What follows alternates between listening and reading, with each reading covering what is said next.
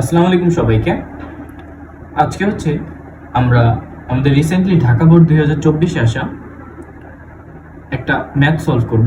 এটা হচ্ছে আমাদের পদার্থবিজ্ঞান দ্বিতীয় পত্রের ভেক্টর চ্যাপ্টার থেকে এসেছিল এবং বেসিক্যালি বলা যায় 1 নম্বর ম্যাথ। এটা আমরা ধারাবাহিকভাবে সবগুলোই সমাধান করার চেষ্টা করব। তো দেখি এখানে প্রশ্নে আমাদের কি দেওয়া ছিল। তো এই 1 নম্বর প্রশ্নে আমাদের মূলত তিনটা ভেক্টর রাশি দেওয়া ছিল এবিসি তিনটা ভেক্টর রাশি দেওয়া আছে। ক নম্বরে আমাদের প্রশ্ন ছিল অবস্থান ভেক্টর কাকে বলে এবং খ নম্বরে ছিল i cap dot i cap is not equal to 0 কেন ব্যাখ্যা করো।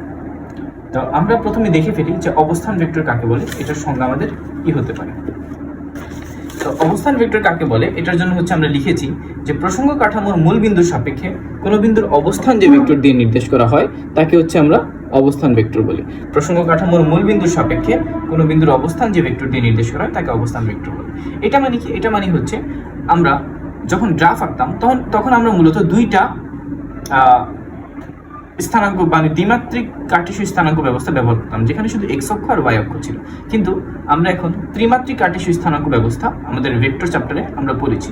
তার মানে আমার যদি কোনো একটা বিন্দু থাকে 3,2,1, এই বিন্দুটাতে আমি কিভাবে গিয়েছি?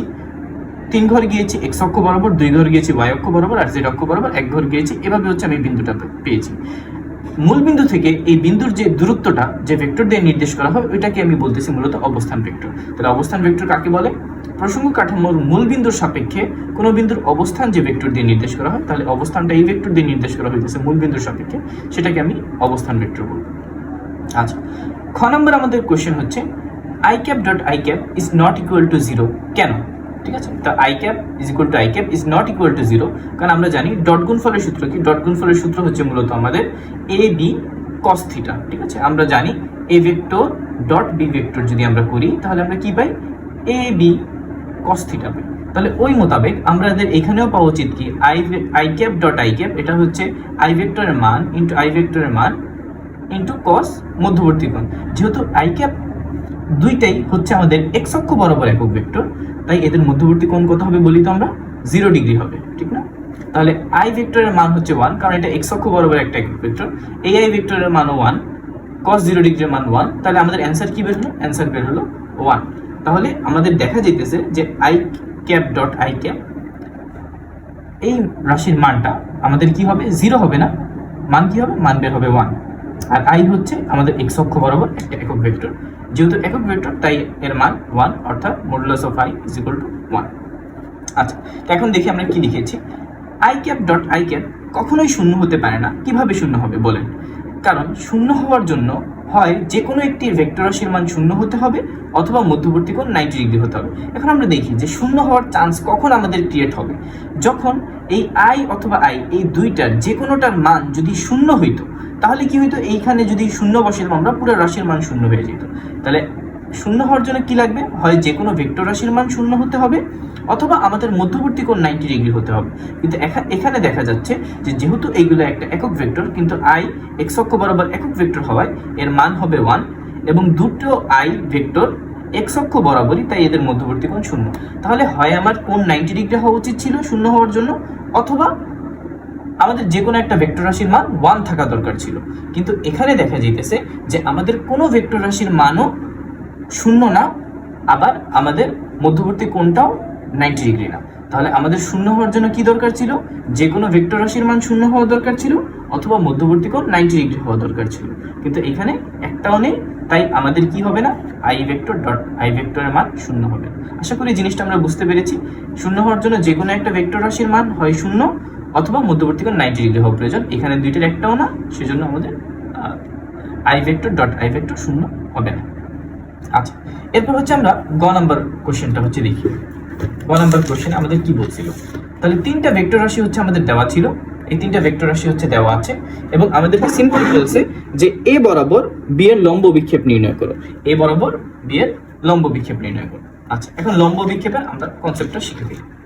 তো লম্ব বিক্ষেপের যাওয়ার আগে আমরা আগে লম্ব বিক্ষেপের থিওরিটা শিখি, যে লম্ব বিক্ষেপ আসলে জিনিসটা কি। তো আমাদের দুটো ভেক্টর রাশি a এবং b হলে, এই যে আমরা আঁকছি একটা a ভেক্টর আর একটা b ভেক্টর, এবং a আর b ভেক্টরের মধ্যবর্তী কোণ হচ্ছে থিটা। তাহলে এর উপর b এর লম্ব বিক্ষেপ হবে b1 is equal to b cos theta, আর b এর উপর a এর লম্ব বিক্ষেপ হবে a1 is equal to a cos theta. তার মানে হচ্ছে যার লম্ব বিক্ষেপ যাবে, যেমন a এর উপর b এর লম্ব বিক্ষেপ চাইছে আমাকে, তাহলে a এর উপর যেহেতু b এর চাইছে, তাহলে কি হবে আমাদের b cos থিটা, মানে ওর মান বসাবো, কার মান বসাবো, যার লম্ব বিক্ষেপ চাইছে। তাহলে এখানে b এর লম্ব বিক্ষেপ চাইছে, তাহলে আমরা বসাইছি কি b cos থিটা, আর এখানে b এর উপর a এর চাইছে, তার মানে a এর লম্ব বিক্ষেপ চাইছে, তাই আমরা কি বসাইছি a cos থিটা। তাহলে যার লম্ব বিক্ষেপ যাবে ওর মান বসাবো, সাথে ভেক্টর দুইটার মধ্যবর্তী কোণ।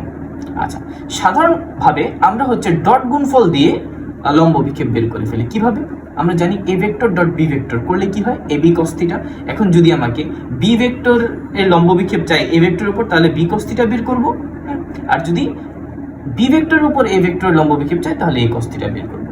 b এর উপর a লম্ব বিক্ষেপ হলে লম্ব বিক্ষেপ কার a এর, তাই a cos থিটা, আর এর উপর b এর হইলে লম্ব বিক্ষেপ কার b এর, তাহলে b cos থিটা। তাই এখান থেকে যতটুকু দরকার হবে আমরা b cos থিটাও বের করতে পারি, চাইলে a cos থিটাও বের করতে পারি। ঠিক আছে, ওইভাবে আমরা বের করে এখানে ডট গুণফল বের করব এবং b অথবা a এর মান বের করে বসিয়ে দিলে হচ্ছে আমাদের হয়ে যাবে লম্ব বিক্ষেপ নির্ণয়।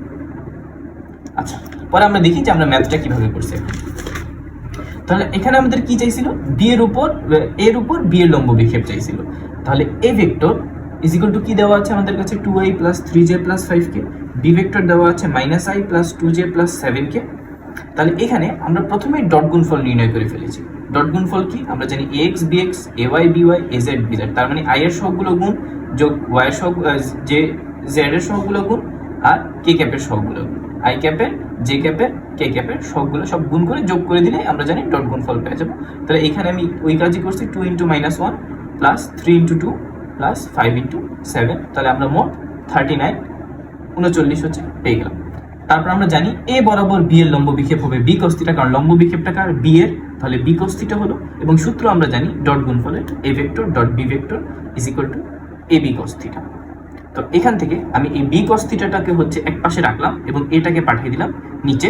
তাহলে আমরা a ভেক্টর ডট b ভেক্টরের মান অলরেডি বের করে রাখছি 39, ওটা হচ্ছে বসিয়ে দিলাম, এবং a এর মান আমরা বের করছি কিভাবে, এর মান যে কোনো ভেক্টর রাশির মান আমরা জানি কিভাবে বের করে, i এর স্কয়ার, i এর সহগ স্কয়ার, j এর সহগ স্কয়ার, k এর সহগ স্কয়ার। তাহলে ax square plus ay square plus az square, ax এর মান হচ্ছে 2, তাহলে 2 square plus 3 square plus 5 square, মোট √38 বের হয়ে গেল, এবং আমাদের লম্ব বিক্ষেপ চলে আসলো কত, b cos theta is equal two 6.3266। সাথে আমরা একটা একক ব্যবহার করতে পারি, একক লিখে দিব। ঠিক আছে, একক। এই তো আমাদের হয়ে গেল, খুবই সহজ কোশ্চেন আসছে। আচ্ছা, এরপর হচ্ছে আমরা ঘ নাম্বারটা করি। ঘ নাম্বারে আমাদেরকে প্রশ্নে কি বলছে আগে হচ্ছে আমরা একটু দেখে আসি। তো ঘ নাম্বার প্রশ্নে আমাদেরকে বলছে যে উদ্দীপকের ভেক্টর তিনটি একই সমতলে থাকবে কিনা, মানে ভেক্টর তিনটা কি সমতলীয় নাকি সমতলীয় না, ওইটা হচ্ছে আমাদেরকে বের করতে বলছে।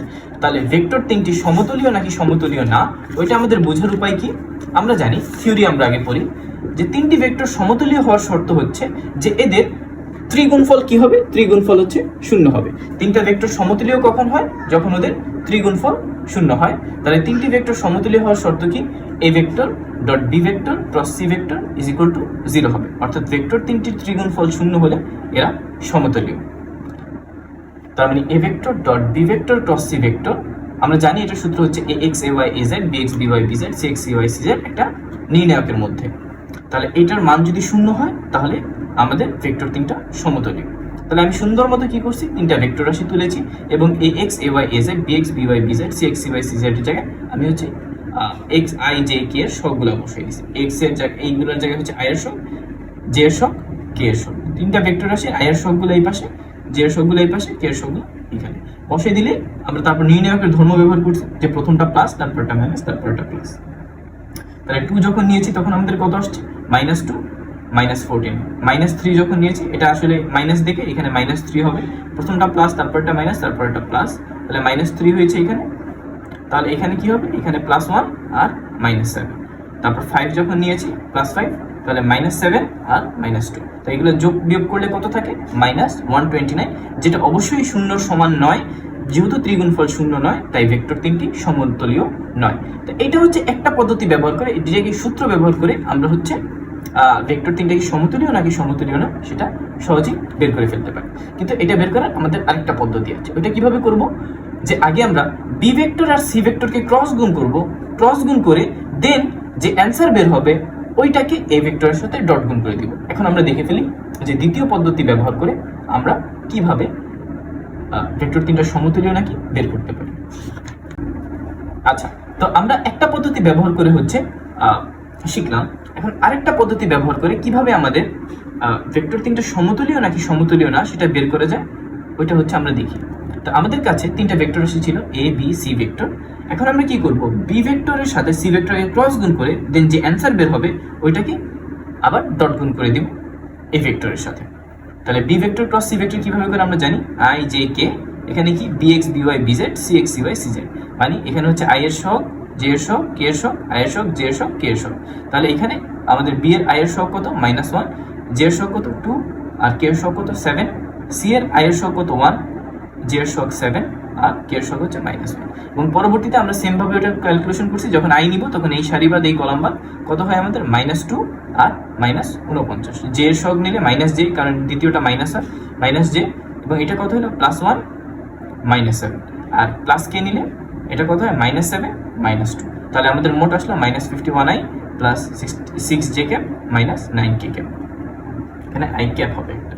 আচ্ছা, তারপর যে অ্যান্সারটা বের হয়েছে ওইটাকে আমি এ ভেক্টরের সাথে ডট গুণ করে দিয়েছি। ডট গুণ কিভাবে করে, এ ভেক্টর বসাইছি আর এটা হচ্ছে আমাদের বি ভেক্টর ক্রস সি ভেক্টরের মান, দেন ax bx, ঠিক আছে, ax 2 bx হচ্ছে -51, ay by 3 আর 6 প্লাস 6, আর az bz 5 ইন্টু -9, এবং সবগুলো করার পর এটাও দেখা গিয়েছে এটারও আমাদের অ্যান্সার কি আসছে সেম -129, এবং এটাও ইজ নট ইকুয়াল টু 0 হওয়ার কারণে, যেহেতু 0 হইলে আমরা জানি ভেক্টর 3টা সমতুল্য, যেহেতু এটা ইজ নট ইকুয়াল টু 0 তাহলে ভেক্টর 3টা কি হবে না, সমতুল্য হবে না।